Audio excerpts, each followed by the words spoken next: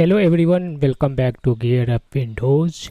In today's video, I will show you how to find your computer username in Windows 11 or Windows 10 using command prompt.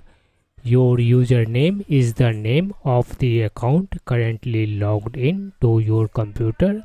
You may need it while using commands, troubleshooting problems, or managing user accounts. So let's get started. First click on the start button and then type here cmd.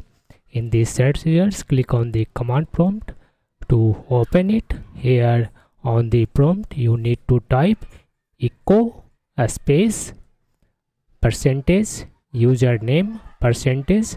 After that press enter on the keyboard. This will display. After running this command, this will display the username of the currently logged in account. That's all.